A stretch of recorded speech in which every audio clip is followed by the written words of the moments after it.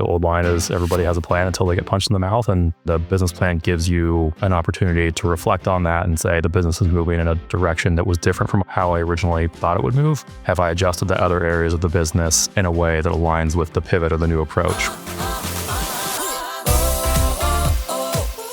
Welcome to the Path to Owning It podcast by Provide, hosted by me, Corey Brown, a marketing leader at Provide with over a decade in supporting small businesses. Whether you're an aspiring or established founder, here you'll find tools and advice to start building your legacy and take your business to new heights. To help you achieve your entrepreneurial ambitions, each month we'll tap into our unparalleled network of industry experts who will join us on our quest to provide the answers to your most pressing questions. Like what you hear? Follow us on Apple Podcasts, Spotify, or wherever else you listen. Today, we are joined by Head of Credit, Provide, and Small Business, Sean Simon. Sean has over a decade of experience in small business financing, both for startups and established healthcare practices, including acquisitions, additional locations, and more traditional small business financing. He is a graduate of Miami University, where he majored in finance, and of The Ohio State University, where he earned a Master of Business Administration. Sean, thanks for joining us on the show today. We're super happy to have you. Yeah, thanks for having me. I'm excited. Of course. And today's topic, we're talking about how to write a winning business plan. And as someone who's probably seen more business plans than I can imagine, I thought you'd be the perfect guest to come on and talk through this with us. So I know we have a lot to go through. So I'm just going to start. Why would you say is having a business plan essential for aspiring small business owners, and what purpose does it serve? Yes, I think the first part is it's going to be your roadmap. So it'll help you stay focused on sort of what your goals are going to be and the steps to achieve them. The biggest piece of the business plan is I think everybody thinks that maybe you have to get it perfect and you have to stick with it. And I think the expectation is it's probably going to change over time. But I think the business plan itself can be a checkpoint for if things are changing, are you comfortable with the changes that you're going through? If your rent is looking like it's going to be a little bit higher than you had planned for, or your loan is going to be a little more expensive, or your equipment costs are going to be more expensive, I think this allows you to sort of check back of, okay, I thought this was going to be a little bit cheaper, or I thought I was going to spend less in a certain area. Can I borrow from a different area to cover for that? Or am I comfortable just taking on a higher cost and understanding how all of those pieces of the business work together over time? So I think the nice part with it is it allows you to take a lot of what's in your head and get it down on paper. It's like there's some value there in just getting organized with your thoughts. I know sort of myself, there's a lot of ideas floating around in my head over time. And like just getting those down helps to organize it, and you get a feel for how all of that stuff will connect in with one another. But then, from there, I think it really gives you a nice roadmap to follow and sort of check yourself back against as you start the process of financing, building out the business, opening it, and really the first couple of years there of let's check back and see how things are working. Is this where I want it to be at this point in time? And if not, do I need to make changes to get back on track, or am I comfortable sort of deviating off the initial course that I'd set for myself? Yeah. And, besides being kind of a gut check system, right, to see if you're on track, is it actually necessary to get financed? Do you have to have a business plan? Can you talk about that a little bit? As far as necessary from lenders, it'll probably depend who you're working with and what their general requirements are. I would say ignoring the financing piece of it, it's probably valuable for you to have something in place and in hand. I think it's nice if they ask for it, you already have it ready to go and it can keep the process moving forward. But even if a lender doesn't ask for it, I think there's still value in having something like that for yourself to really look at. And I think on our side as the lender, we don't necessarily care what they look like or the aesthetic side of things. I think it helps us get a lot of information around what you're planning to do and compare that back to sort of what we would generally expect. But I think there's a lot more value to you as the owner than there is, for us as the lender, or if you're taking on friends and family money or venture capital money, private equity, they're sort of all going to have a different purpose and different lens to look at it. But really, I think the most value is for the owners themselves. Yeah, no, that's a really good point. Let's talk about what kind of key components do you feel like should be included within a business plan that would really help a small business owner get started on the right foot? Yeah, I think the nice part today is there are a lot of resources out there. You can just search basic search engines and find a lot of different templates, and a lot of them will cover the main parts that you're looking for. And more recently, some of the development in AI can really help you get started. I think just that first step of getting pen to paper is the hardest part. So totally fine to work off of a template or crowdsource ideas from various websites or AI just to get started.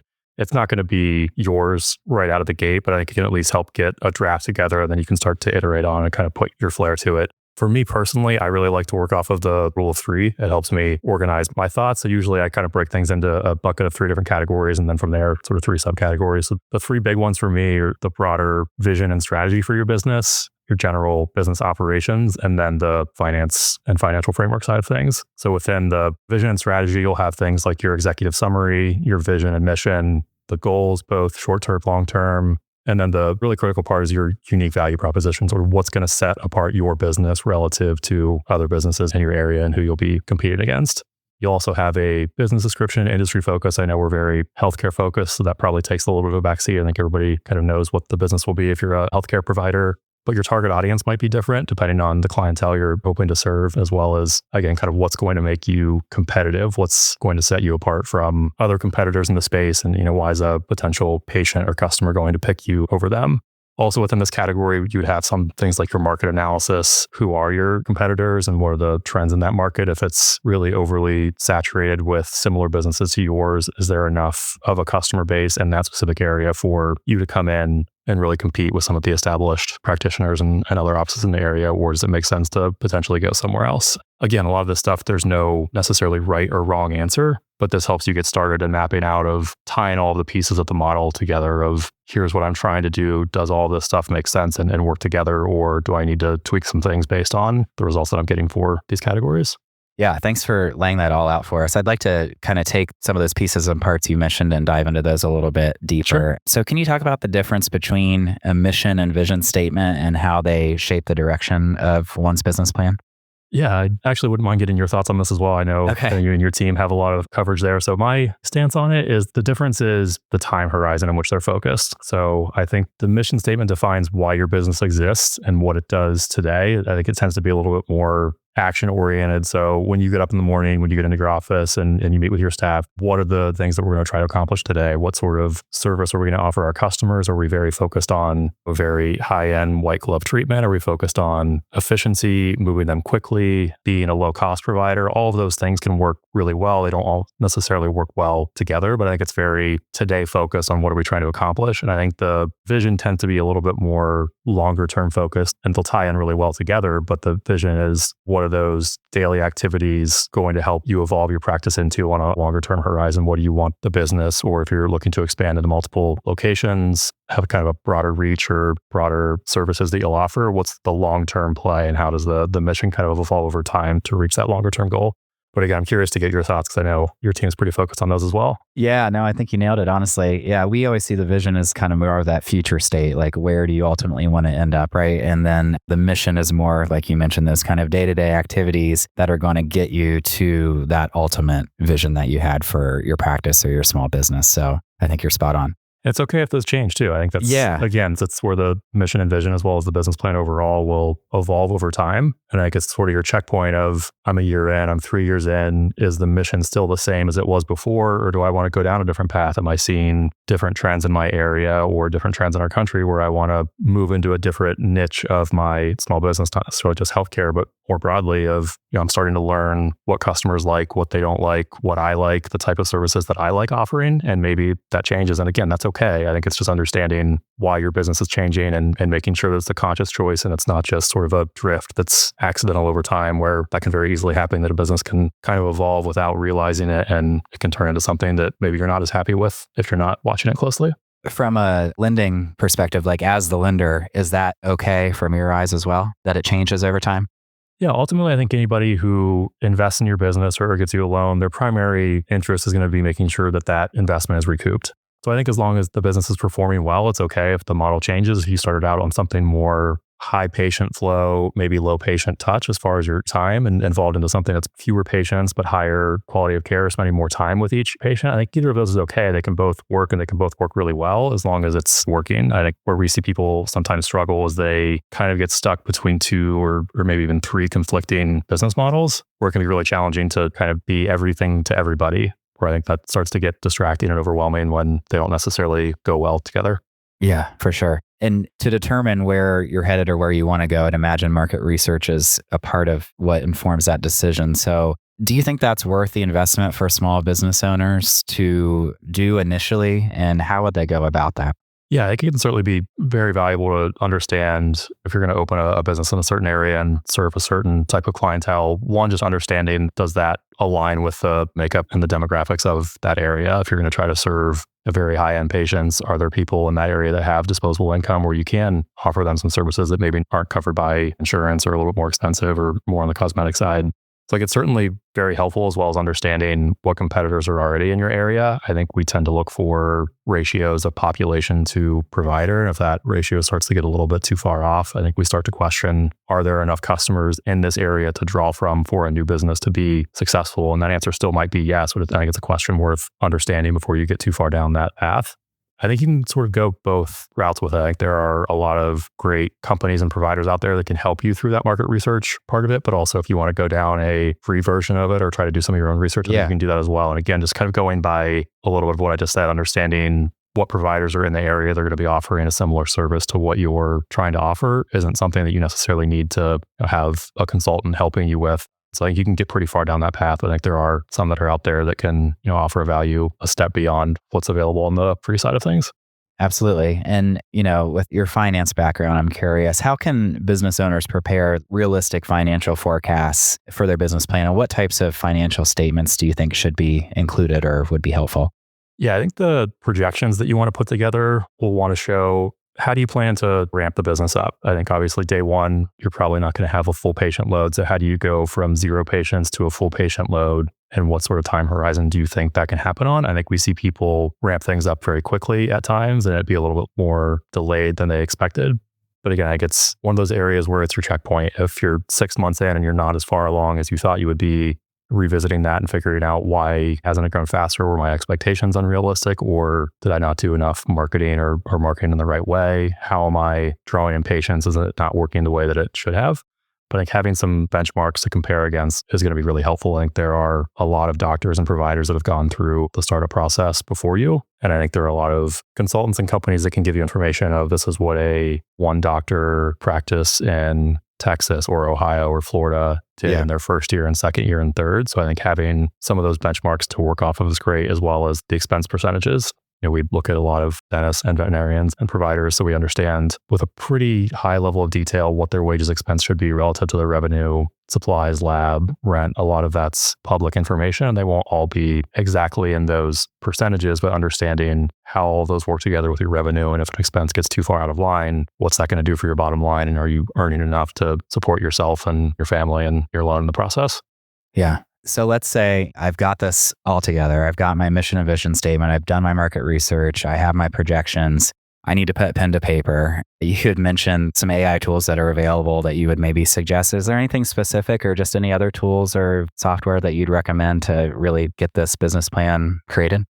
So particularly on the dental side, Kane Waters, which is a dental-specific CPA firm in Texas, publishes a report, and typically it's yearly, but they'll give you a lot of great detail on what's the average revenue for a one doctor practice, and really go down into the expense levels as well of, a one provider general dentistry office has this level of wages, this level of average lab relative to their revenue, et cetera, kind of all the way down to very granular line item expenses. So I think that can be a great starting point to shoot for, as well as I think to get into 2 doctor offices as well as specialties. And they'll give you how many practices they're basing it off of from their client base. So I think that's a really great starting point to benchmark off of. But I tested this out on some of the AI tools available just to see how close they could get to that Kane Waters report, and also did one for the veterinary space. And it's actually pretty accurate. It's similar to search engines. They're as strong as the questions that you ask them, but I got pretty specific of what would a revenue expense breakdown look like for a veterinary office in Columbus, Ohio. And it was pretty good as far as the sort of, once the business is ramped and at steady state, what the revenues should look like, what the expense breakdown should look like. It can get a little bit fuzzy on the wages side if it's including the doctor's owner's compensation or not. But really, I think those are some great starting points to really wrap your head around the research that you're doing. And then I think the other area that I would suggest is your network. I think all of you have a great group of peers that you went to dental and veterinary medical school with. And a lot of them, maybe in years before, have already gone through this process. I think what I've found, and some of my friends that are in the space, they tend to trust each other more than any outside influence. So I think it's perfectly fine to ask them. And even unsolicited, if you see somebody in another area where you really like their business model, their practice, I think people are overwhelmingly very friendly and willing to share their advice, share their experiences. And so I think it's perfectly fine to reach out and say, I really like what you're doing and how you're going about it and how you build out your office. Do you have any suggestions for me as I get started? Because I'd like to do something similar. Maybe not somebody who's a mile away from the business you're planning to open, but I think if you go to a different state or different area, I think think people are going to be very friendly and willing to offer advice and share some of the both the positive and negative experiences they've had. Yeah, that's a great point. We hear that over and over on the show, and I just think there's a ton of value in that. So thanks for reiterating. We've covered the basics of a business plan and the financial projections that are crucial for showcasing the viability of one's business. But when we return, I'd like to shift our focus to a core element that will set your business apart in the market. We'll be back with more right after this.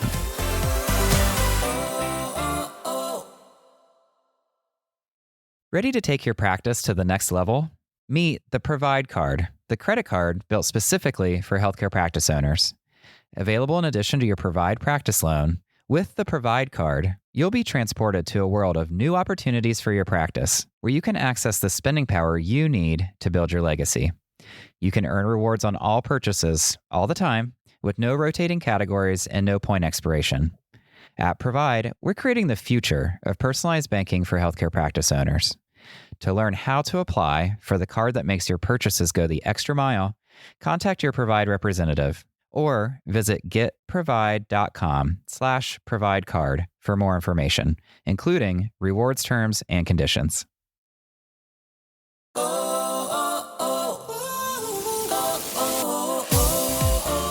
I'm Corey Brown, and this is Provide's The Path to Owning It podcast. We're back with Sean Simon, head of credit, Provide, and small business, to learn more about how to write a winning business plan. Sean, we talked a lot about how to begin writing your business plan, but I would really love to know, how can one identify and articulate their unique value proposition? You mentioned that a little bit in part one. Are there any methods entrepreneurs can use to define what sets their business apart from their competitors? Yeah, so I think the important piece is, and I think this will come out as you're writing your business plan, is it's going to end up being uniquely you. So as much as you can understand yourself and what you want your business to become is going to be a big part of it. But I think it's going to come down to understanding your customers, understanding maybe what some of their pain points are, what some of the frustration and working with other offices or different types of providers, and how can you come in and provide a niche level of value in that part of the city or the area that you're working in that's not currently offered. I think that's going to be a way that you can really start to draw patients. And again, there's not a single one that will work better necessarily than the other, but I think it's understanding what that's going to look like. And that, again, ties into everything else that you're doing. So you can really build I tend to shy away from the buzzwords, but it really does become like a holistic approach of, if I'm trying to offer this type of service and this value to a customer, how do I build my entire plan, my business around it to make sure that I'm offering that? And I think, I like to point to an Amazon versus Walmart, and their value proposition's a little bit different in what they offer. And there's not necessarily anything wrong with one or the other, but I think both of them understand their value proposition. They don't necessarily try to do everything the other one is doing. I think they try to lean into their strengths and really build their business around the strengths and the value they're trying to provide for the customers. So I think that's really where it starts, is what are you trying to offer that differentiates your business from the others that you'll be competing with? And that's what's going to help you attract your customers. Yeah. Do you feel like a lot of aspiring owners develop these unique value propositions from their time associating maybe in another office, and that's where they're finding these kind of pain points or hearing, what patients would like to see that they're not currently seeing? Yeah, definitely. I think it's both patients and their leadership style as well. I think most of our customers are going to hire a staff, and they're going to want to maybe lead them a little bit differently from how they've been led in the past, because your staff is equally as important to the value you're giving your customer as you are. A lot of the times your customers are going to spend more time with your staff than they are with you. So I think leading them in a way and coaching your teams in a way to offer the level of care and the service that you want them to offer is a very critical piece. But I had a professor in grad school that made a comment to me, and it's kind of stuck with me over time, of you tend to model your leadership off of the bad leadership that you've had or that you've observed in the past. And I think there's a little bit of that goes into the small business and healthcare side of things as well, of you've probably worked in associate roles or seen other people do it a way that maybe you don't agree with as much. And again, not to say that doesn't work, but it just doesn't really fit you or your personality. So I think as you start to open and think about some of those details, it will influence how you want to build it and how you want to do things a little bit differently. Yeah, couldn't agree more. We've talked a lot about what to do. Curious what not to do. Can you tell us any potential pitfalls aspiring business owners should look for when drafting their business plans? I think one of the biggest ones that we see is maybe just getting a little bit ahead of yourself on the revenue growth side of things. It can certainly go really well where the growth even outpaces your most optimistic expectations. But I think at times we have seen customers where they really think that they're going to hit the ground running, full patient load right out of the gates. And that's great if it happens, but I think that tends to be the exception more than the norm. So I don't know that you want to build your expenses and your team and your practice out for that most optimistic scenario. And you can always ramp up. But if you expect to hit 2, 3, 4 million in revenue in your first couple of years, that's again great if it happens, but probably the less likely scenario. So don't necessarily take on the level of expense expecting that to happen and then find yourself stuck in a situation where your expenses are too high, the revenues aren't tracking to where you wanted them to be, and you're going to have to start making some harder decisions to find ways to cut expenses. And some of them are easier to cut than others. I think if you take on a long-term lease that's for a space that you expected you would grow into and you're not, or you take out financing that was a lot higher than maybe you necessarily needed out of the gate rather than possibly doing it in 2 stages, it can put you in a really tough spot where the money coming in just doesn't foot with the money going out. Yeah. Yeah. And you'd mentioned, getting with your peers to kind of go through and see what they've done that's successful. I would also encourage, since we've heard it here before, is your industry partners too, right? The CPAs, the other people that are on your corner. I'm sure they can assist providers with this as well, correct? Definitely. Yeah, it's okay to be optimistic. And I think your CPAs and consultants and the people that are in the space are going to be that gut check for you of if it goes really well, absolutely you can hit these targets, but let's start to be more realistic in how we plan for things. So if you grow faster than expected, kind of here's what we'll do to keep up with that growth. But if you don't grow as fast as expected, we're not getting overextended where, again, you're having to make some harder decisions to find expenses to cut or tighten up on your personal lifestyle. So I think that's where a lot of people that do this every day and have been doing it for a long time can maybe be that gut check of everybody's rooting for you and hopes that you can hit the most optimistic scenario, but let's not bank on that happening and get too far down that path without maybe more conservative viewpoint and what we're going to do if it doesn't ramp as quickly. Sure.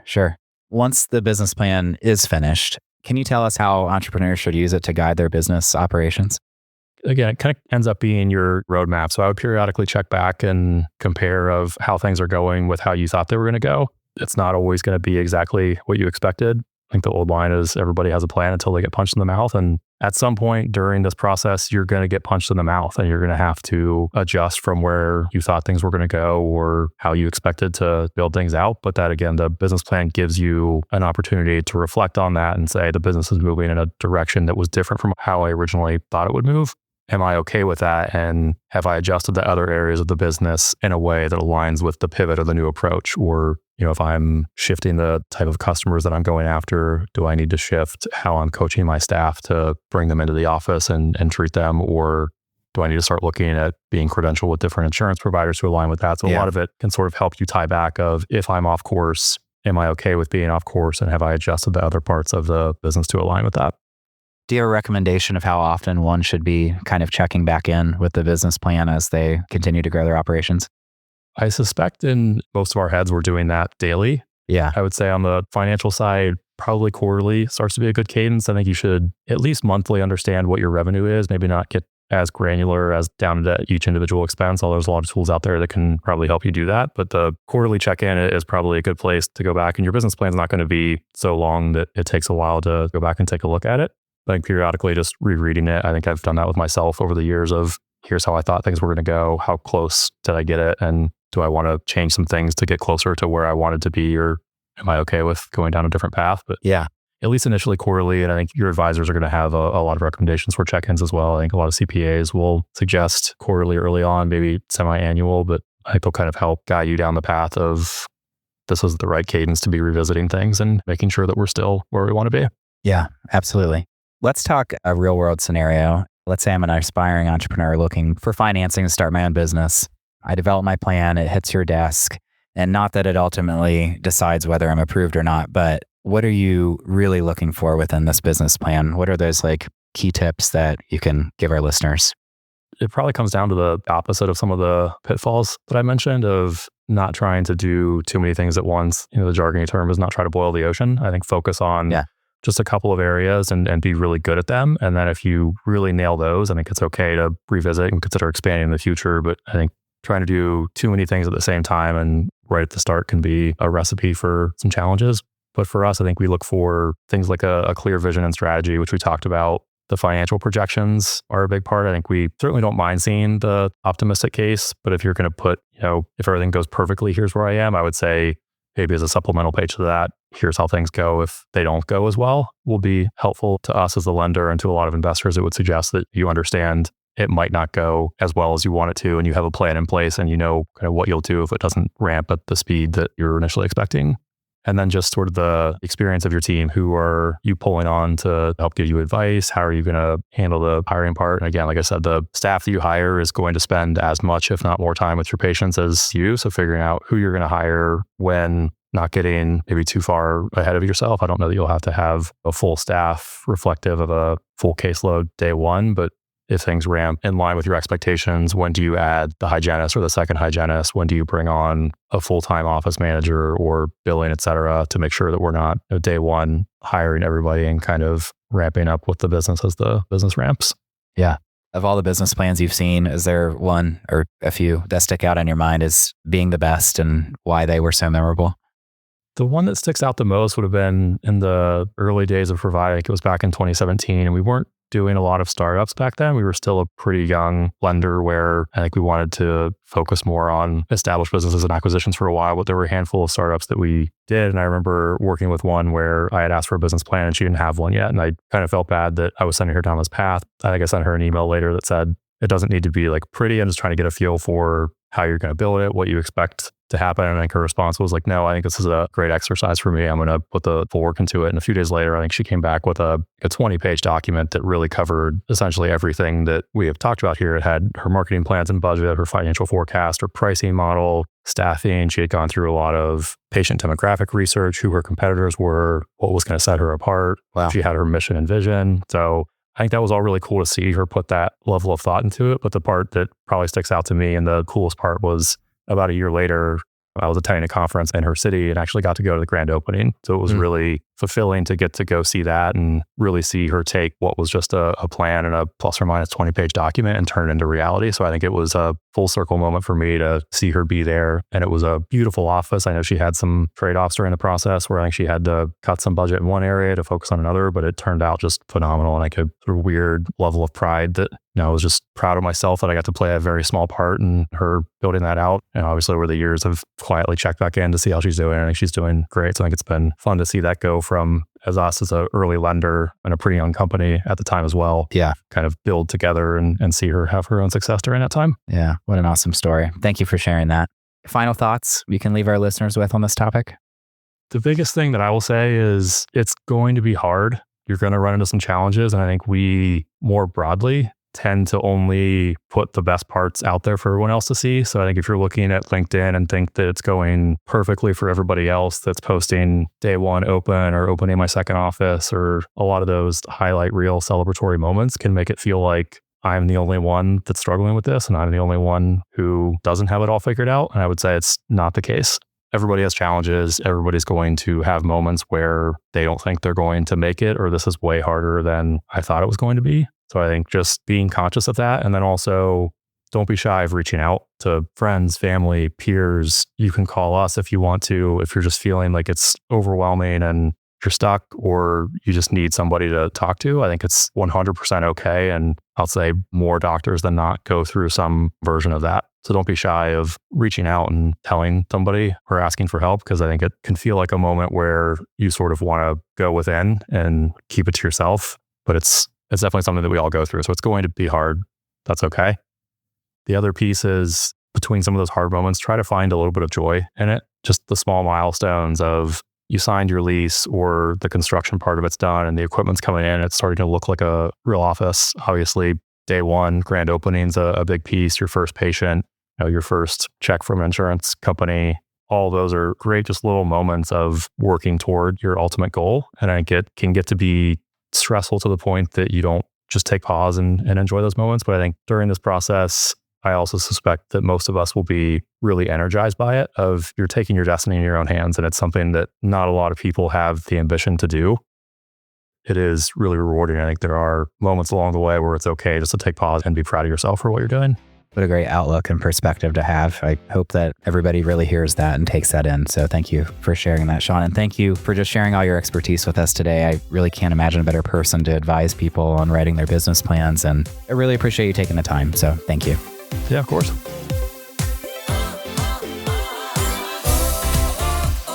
Thanks for joining us. The path to owning a business is a nuanced journey. We hope you discovered something in this episode that eases your path to success. If so, leave us a review on Apple Podcasts or Spotify. Have a topic you'd like discussed in a future episode? Drop us a line in the comments section or send us a message on social media. If you're ready to take control of your future and start building your legacy, be sure to visit getprovide.com.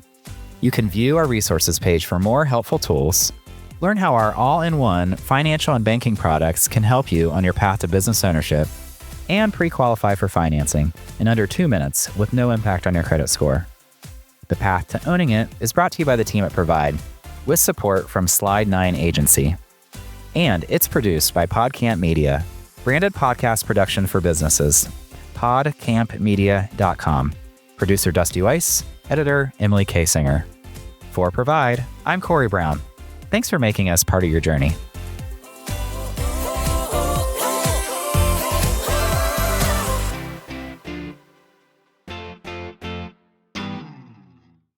Provide is a division of Fifth Third Bank, National Association. All opinions expressed by the participants are solely their current opinions and do not reflect the opinions of Provide, its affiliates, or Fifth Third Bank. The participants' opinions are based on information they consider reliable, but neither Provide, its affiliates, nor Fifth Third Bank warrant its completeness or accuracy and should not be relied upon as such. This content is for informational purposes and does not constitute the rendering of legal, accounting, tax, or investment advice or other professional services by Provide or any of its affiliates. Please consult with appropriate professionals related to your individual circumstances. All lending is subject to review and approval.